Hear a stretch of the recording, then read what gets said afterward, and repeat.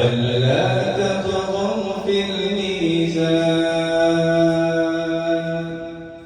وأقيموا Posisi dari Afrika melupakan isu Bondowayo Israel tidak ada soefu posisi kedera Ina Rusa Bondowayo Murena Gulu kasih jabasa Yesu Ufedi sentit vale mashe Umuse bulu ke Uli bulu ke si jabasa Yesu si jabasa South Africa South Africa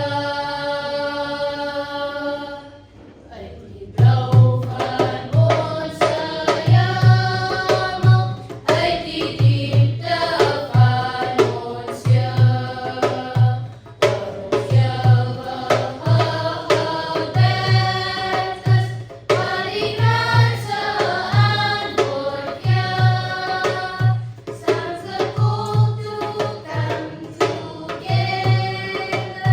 and united we shall stand. Let us love and strive for freedom in South Africa, our All protocols observed, I greet all of you with the universal greeting of peace and blessings. Assalamu alaikum wa rahmatullahi wa barakatuh. It gives me great pleasure to host all of you here with this lovely iftar.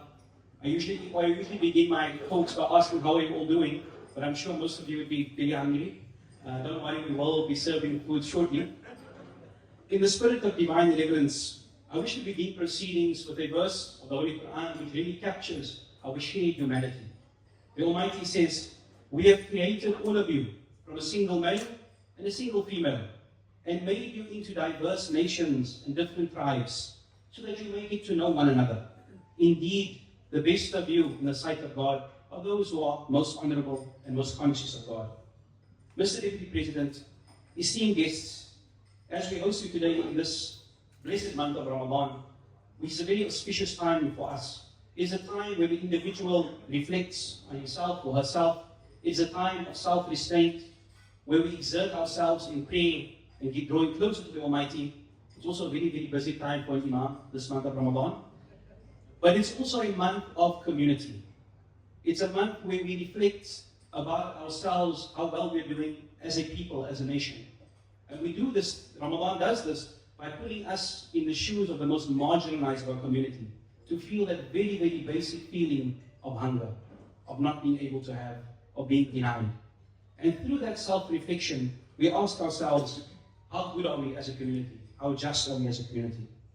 Mr. Deputy President, the Muslim Judicial Council, and indeed the Muslim community at large, prides itself as being profoundly having historical ties and being involved in civil society within South Africa to help shape and mold a better South Africa. This was mentioned by our founding father, President Nelson Mandela, when he addressed the Oxford Center of Islamic Studies in 1997, and he says, South Africa's vibrant Islamic heritage is a cherished and esteemed component of our national identity, contributing significantly to the molding of the new South African ethos. It is this unwavering commitment to being active participants in the process of making South Africa a better place, which is ingrained in our core belief. Our contribution and our lived experiences as South Africans bears testimony to that. This evening, we reaffirm our dedication, our commitment to the progress and the welfare of South Africa and all her peoples. Mr. Deputy President, honorable guests, it is with great pleasure and honor that I introduce the President of the Muslim Judicial Council, our Honorable Sheikh Riyad Fattah.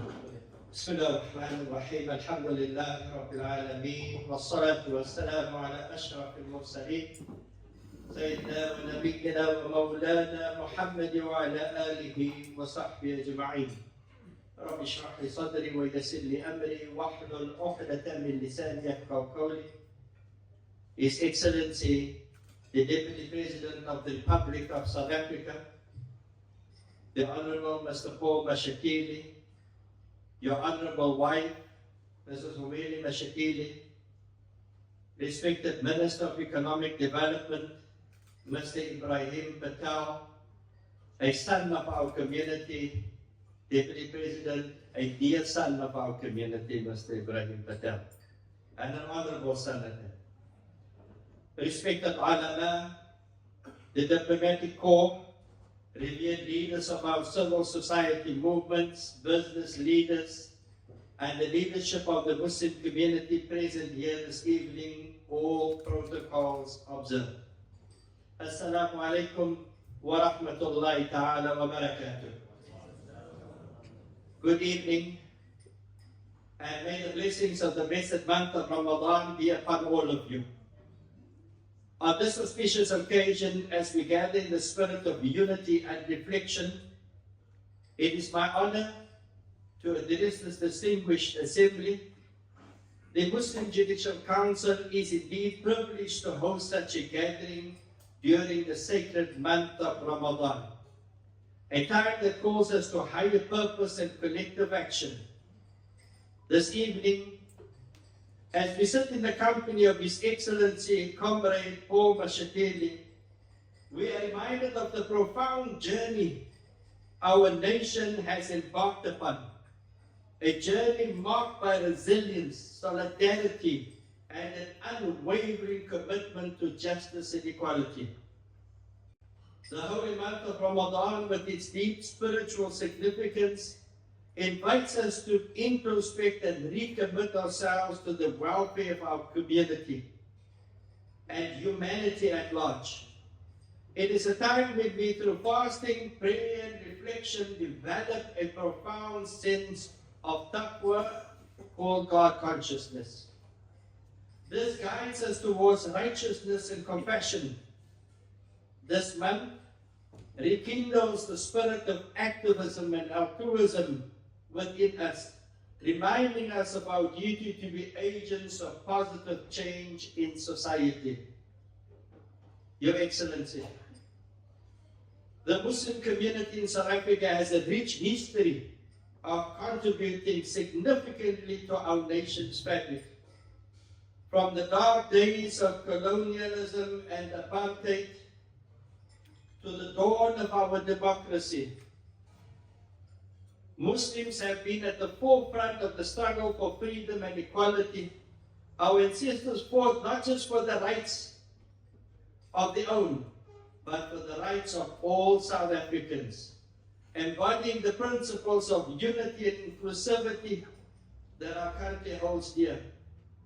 It's a profound historic fact that Tuan Guru, after completing writing the Holy Quran from memory, comes back to mainland Cape and he establishes the first non-racial school was by Tuan Guru.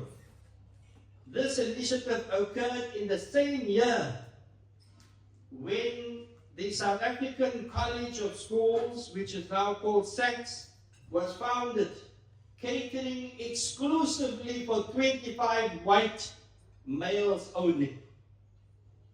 Yet Tuan Guru School welcomed nearly 300 students of various religious backgrounds and genders. A few decades later, yet another visionary, the emissary of the Ottoman Sultan, Sheikh Abu Bakr Effendi, established a school for 200 girls in a society where education for females was discouraged by the colonial powers. Then there is our apartheid martyr, Imam Abdullah Harun, rahimahullah, who stands as a poignant figure. He was socially conscious, he was a socially conscious religious leader, murdered in detention by the apartheid regime for his commitment to non-racism and political resistance. Other figures like Dalla Umar, Ahmed Katrada, Ahmed Kasim, rahimahumullah, were also driven by their faith towards contributing towards creating a just society that upholds human rights and dignity for all, demonstrating how deeply their religious convictions intertwined with the activism in the liberation movement. Today, Your Excellency, we continue to uphold these values, contributing tirelessly to the economic, educational, and social development of South Africa. Despite representing only 2% of the population, the Muslim community impacts our economy, contributing 12% to the GDP of South Africa. Through industries ranging from the service economy, retail and large-scale innovative manufacturing and industrial sectors. This demonstrates an entrepreneurial spirit and commitment to economic advancement and in the growth and development of our South Africa. Our investment in education, sir, alleviates the state's burden by 500 million rand from the Muslim community annually, while our collective humanitarian efforts channel over 2 billion rand towards upliftment of all South Africans through socially beneficial projects. Mr. Deputy President, it is important to highlight a distinctive aspect of the Muslim community of South Africa. Unlike some communities, we do not possess dual citizenship, sir. Nor do we pledge allegiance to nations beyond our borders. We are unequivocally South African, deeply rooted in the soil of this nation, sir, fully committed to its prosperity and growth. Our loyalty and dedication are solely to South Africa, underscoring our collective resolve to contribute positively and significantly to the fabric of our country. As we acknowledge our local achievements, we also turn our gaze to international struggles for justice and human dignity. The plight of the Palestinian people who have long suffered under the weight of oppression and injustice at the hands of the illegitimate Zionist state of Israel, supported by the neo-colonial Western powers, is a cause that resonates deeply within our hearts, sir. South Africa, with its own history of struggle against apartheid, stands in solidarity with the Palestinian cause. We commend the efforts of the South African government, led by esteemed figures such as Minister Dr. Naledi Pandor and Minister Ronald Lamola, for the unwavering support and advocacy for Palestinian rights on the international stage.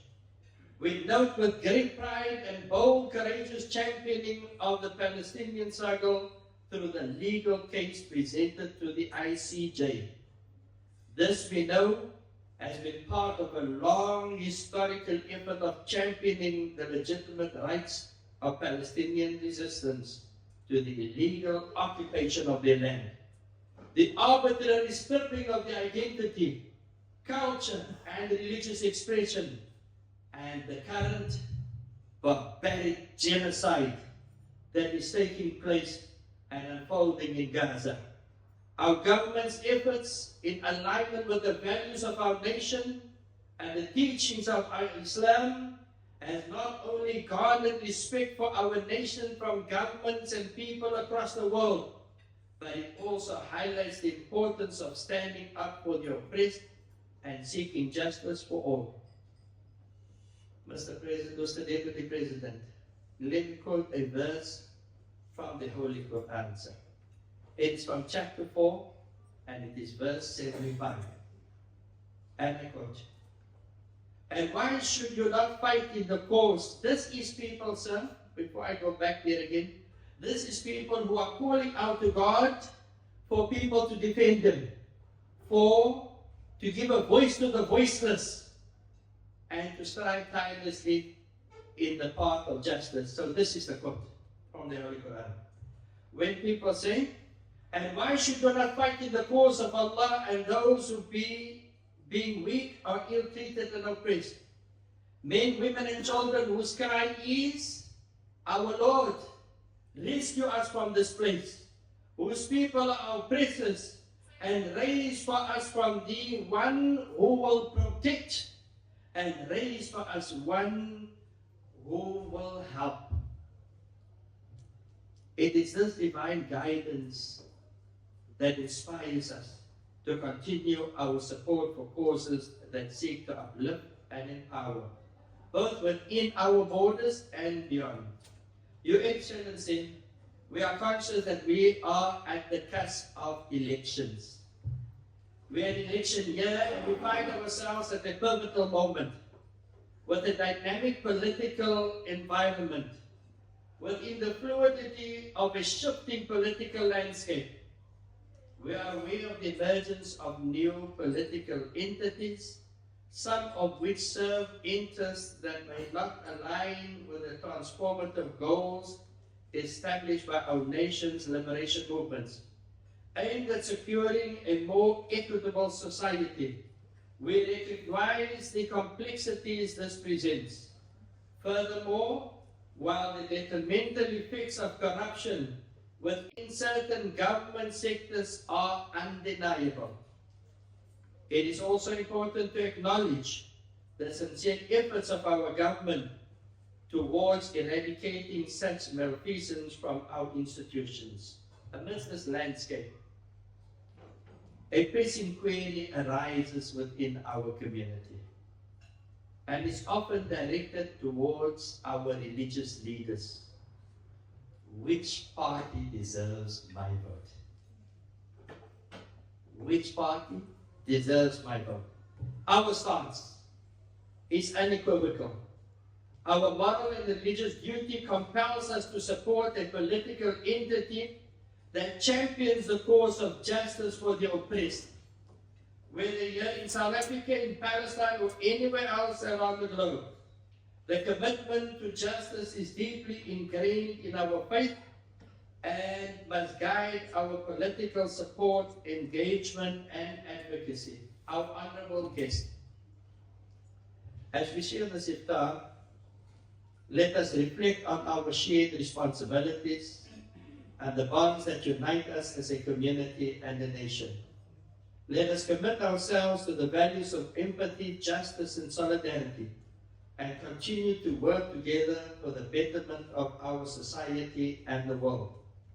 In closing, I extend, on behalf of the Muslim Judicial Council, its presidency, its executive, its imara, all of the structures of the Muslim Judicial Council, heartfelt gratitude to His Excellency, Deputy President, as well as your Honorable wife, Mrs. Mashatile, our esteemed government officials, and all of you for joining us in this celebration of faith, community, and shared aspirations.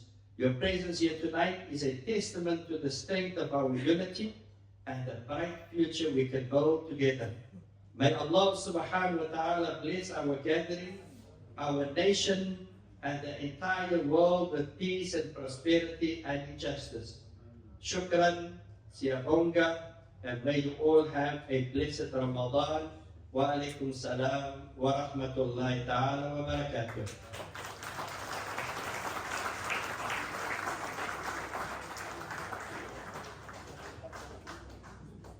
Everybody, I have been given the honorary role by the office of the Deputy President to introduce him. So they sent me his whole bio. So therefore, allow me to do this honorable introduction. Myself and the Deputy President, by the way, we were born in the same year. We've also shared the same stage at the MJC anniversary approximately 5 years ago. And we both look at the picture and wow, we look much younger today. Eh? Let me start the introduction. Our Deputy President, Paul Mashatile, was born in Gerrardsville, Pretoria in Gauteng on the 21st of October 1961. During his early political activism, Mr. Mashatile has held various leadership positions, including that of COSAS, ECO's Alexandria Youth Congress. He was elected as the Secretary General of the United Democratic Front, the UDF, we all know the UDF, 1989, until the unbanning of it in 1990. He spent more than 4 years in prison without trial, and while in prison, and I admire you for this, Deputy President, while in prison, he pursued his academic studies. He became the General Secretary of the South African Communist Party from 1992 to 2010. He was also the head of the political education for the ANC, Pretoria, Witwatersrand, Vereeniging, and that region there. He became the chairperson of the Gauteng province for the African National Congress in 1992, and also elected as the provincial secretary of the ANC, a position held for 6 years. In 1998, he was the deputy chairperson of the ANC in Gauteng. The deputy president held a number of positions in government. It includes, amongst others, leader of the House of Gauteng, legislator, MEC for Safety and Security, MEC for Housing, member of Executive Council for Finance, Economic Affairs, Premier of Gauteng Province, Deputy Minister of Arts and Culture, Minister of Arts and Culture, Chairperson of Appropriation Committee. That was from 2014 to 2016. In 2017, he was elected the Treasurer General of the party on his 54th National Conference. He was sworn in as Deputy President of the Republic of South Africa on the 7th of March 2023 by President Cyril Ramaphosa. As Deputy President, his responsibilities is leader of government business in Parliament, implement rapid response interventions on service delivery, assisting the President in the rollout of district development model, leading the South African National AIDS Council, Special Envoy on Sudan, leading the National Human Resource Development Council. Deputy President Paul Mashatile also chairs the following cabinet committees: governance, state capacity, institutional development, from justice, crime, prevention, and security. The Deputy President, Paul Mashatile, was married to Manzi Mashatile, who passed on in 2020. In March 2023, he got married to Mili Bogatsum, who is now Mrs. Mashatile. Mr. Mashatile has 6 children: Vanessa, Inyeko, Rabeso, Ayanda, Zodwa, and Gropini. I give you the man of the moment, our special guest, Deputy President of South Africa, Mr. Paul Mashatile.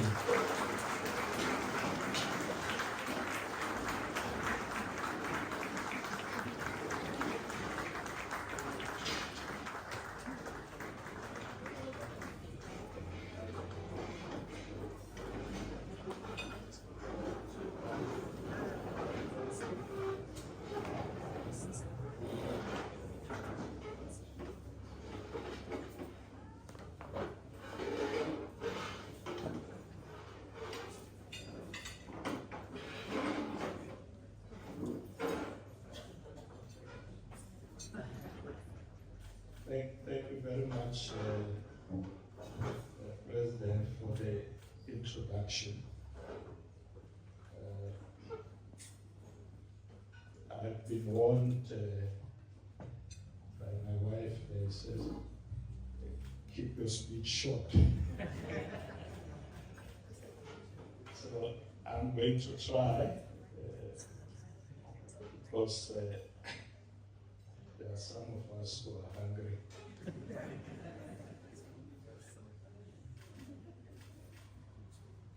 Esteemed guests, good evening. Let me recognize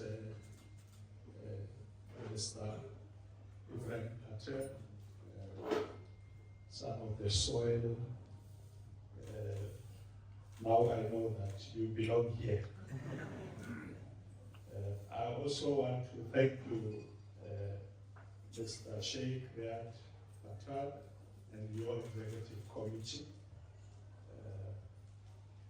I have met a few consular general outside, so I recognize all of you.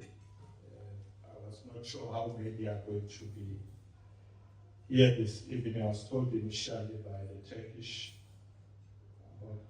Consul General, Mr. Sinan, but I have met others as well. Our esteemed religious and interfaith leaders here present, business leaders, charity and educational organizations, distinguished guests, brothers and sisters, the government officials who are with us today, Mrs. Mashatile. Good evening to all of you. On behalf of government and the people of South Africa, I would like to wish all our Muslim brothers and sisters here at home and the wide African continent and the world a blessed month of Ramadan as we join you to witness Iftaar and the breaking of the fast hookah. We are deeply honored by your invitation to come and share this special occasion, because it is in line also with my delegated responsibilities as Deputy President, which is to promote activities that foster social cohesion and nation building throughout all sectors of South African society. This is also in line with Pillar 5 of the National Development Plan on Nation Building, which is aimed, and I quote, fostering social compacts for partnerships with civil society, the private sector, and citizens for a more democratic, equal, and prosperous society, laying the basis for inclusion, equity, and prosperity for all. It is for this reason that when I assumed my duties as Deputy President of the Republic of South Africa, one of the first tasks given to me by the President was to facilitate dialogue and foster social compact with key sectors of our society, including faith-based institutions, communities, particularly to promote nation-building initiatives across South Africa. It was therefore no surprise that one of our first engagement after taking office was the interfaith Iftaar and breaking of the fast of Ramadan here in Cape Town at the Gatesville Masjid Mosque in April last year.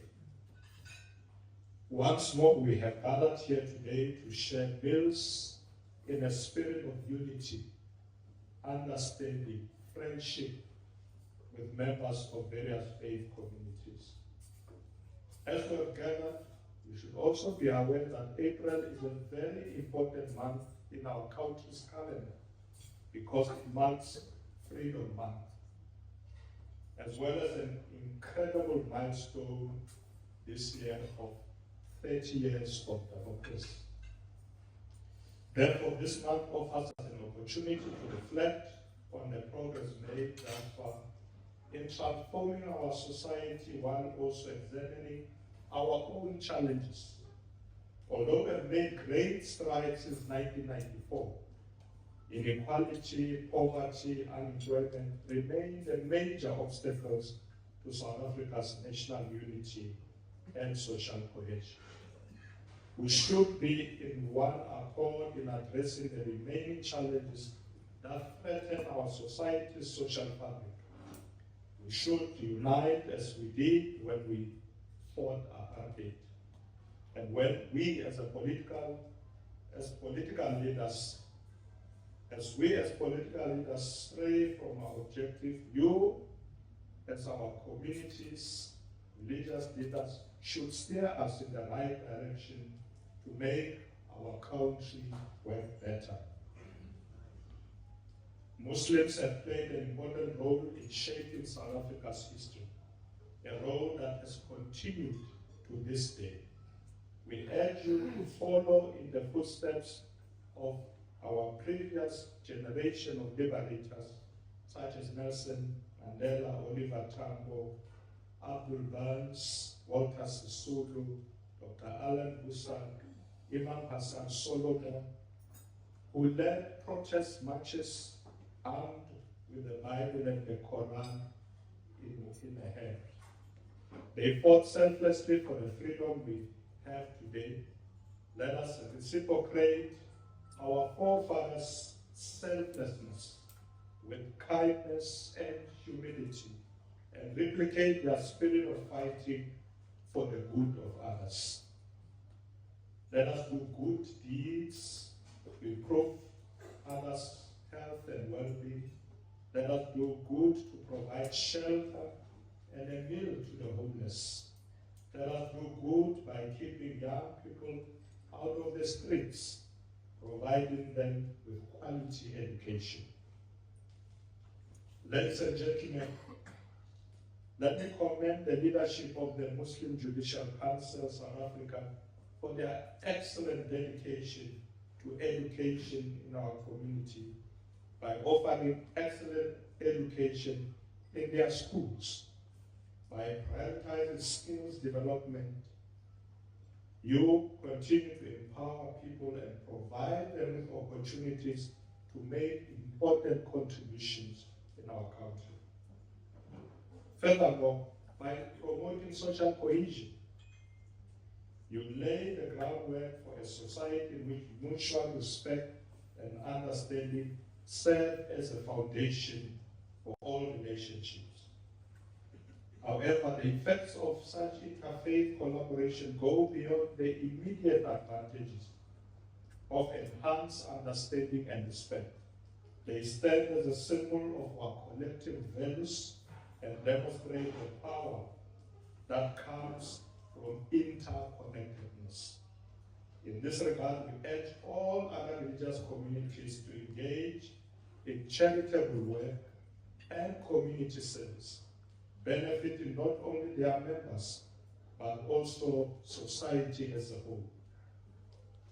We must unite as a society to help those who are less fortunate, support those in need, and foster a culture of compassion and generosity. These acts of service promote inclusion and caring communities. Through such religious communities, we are also able to install moral values such as forgiveness and respect for others, therefore strengthening our moral compass. We urge the Muslim community to continue to advocate for social justice, advocate for human rights, and to lead movements for equality, dignity, and freedom, empowering people to speak out against injustices and fight towards a more equitable world order. May we use the breaking of this fast as an opportunity to remember those whose rights have been undermined, including the rights of the Palestinian people. Ladies and gentlemen, I must reaffirm South Africa's stance, which condemns Israel's attack on the Palestinian civilians, especially in Gaza. Our message to Israel will never change.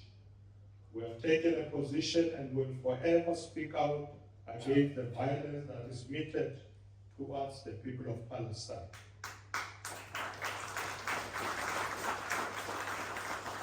As we break bread this evening, it is important to keep in mind those who are suffering due to extreme hunger from such heartless acts, especially the people of Gaza. We are aware that there are individuals who view support for the state of Israel as both an ideological and, in certain cases, a religious issue. It seems that no matter the facts presented or how persuasive our arguments are, they remain steadfast and unpersuaded. However, we find comfort in the solidarity many of you, including the Muslim community leaders, have shown towards the Palestinian people. As a country, we will continue to pledge our solidarity with the people of Palestine in their struggle to end all acts of apartheid by the Israeli government and the genocide emanating from that evil system, while supporting their collective rights to self-determination. We should never allow the Israel-Palestine conflict to divide us as a nation. The ANC-led government is committed to fostering open dialogue and collaboration with all sectors of society, particularly on issues that may be divisive and controversial. We are committed to promoting social cohesion, which entails accepting diversity, striving for a shared understanding, and developing a workable plan for positive social transformation. We are steadfast in our dedication to advancing the Bill of Rights, which serve as a cornerstone protecting the rights of all individuals in our nation and upholding the democratic principles of human dignity, equality, and freedom. In South Africa, the path of unity and understanding has been a long one, and at times it has not been an easy journey. However, our shared commitment to the ideals of democracy, equality, and Ubuntu have been our guiding light. As we gather here during this blessed month of Ramadan, we should take the time to reflect on the role that religious communities play in nation building by encouraging social cohesion, promoting unity, and upholding the values that guides individuals toward common goals. In the heart of our nation, the role of interfaith collaboration emerges as a fundamental pillar in the architecture of our collective identity. Occasions like this, like tonight, interfaith, Iftaar, dinner, are not a mere gathering. They are also a powerful expression of our nation's soul, a vibrant tapestry made from the many different colors of our multicultural and religious history. They are a manifestation of our collective yearning to create a South Africa defined by its inclusivity, where every individual and community, regardless of their faith or background, feels an intrinsic part of the nation fabric. These events demonstrate the potential of interfaith dialogue to unite the nation. Sitting together, sharing a meal, and having respectful conversation demonstrate our resilience and unity as a nation. It is through these dialogues that we find common ground, understanding that our differences do not divide us, rather it enriches us and enrich our collective experiences. In the light of unity and shared progress, I encourage each section of our diverse society to widen, embrace, bridging the gaps that have historically separated us. Ramadan teaches us important lessons of empathy, generosity, and a sense of community. community principles that should not be confined to a single month, but rather integrated in our daily lives. Program Director, as I conclude, I want to encourage every South African to actively participate in acts of kindness, volunteer their time and resources towards uplifting communities and promoting social cohesion. Imagine what an enormous shift we could achieve if each person took a step towards understanding their neighbors, appreciating our nation's rich traditions, and discovering our shared values. Such efforts will build empathy and respect while tearing down misconceptions. This approach follows the notion of Ubuntu, which emphasizes our interdependence. I am because you are. It recognizes the connection between my well-being and yours in the shared pursuit of a harmonious society. In closing, let me express my deepest respect for the holy month of Ramadan and its profound teachings. Let the spirit of Ramadan inspire us to renew our commitment to each other, to our nation's ideals, and to the universal values that connect us all. Together, we can build a more united, peaceful, and vibrant South Africa, a nation that truly reflects the rich diversity and boundless potential of its people. Happy Ramadan to all of our Muslim brothers and sisters. May peace and prosperity bless our beautiful nation. Shukran Jazilan.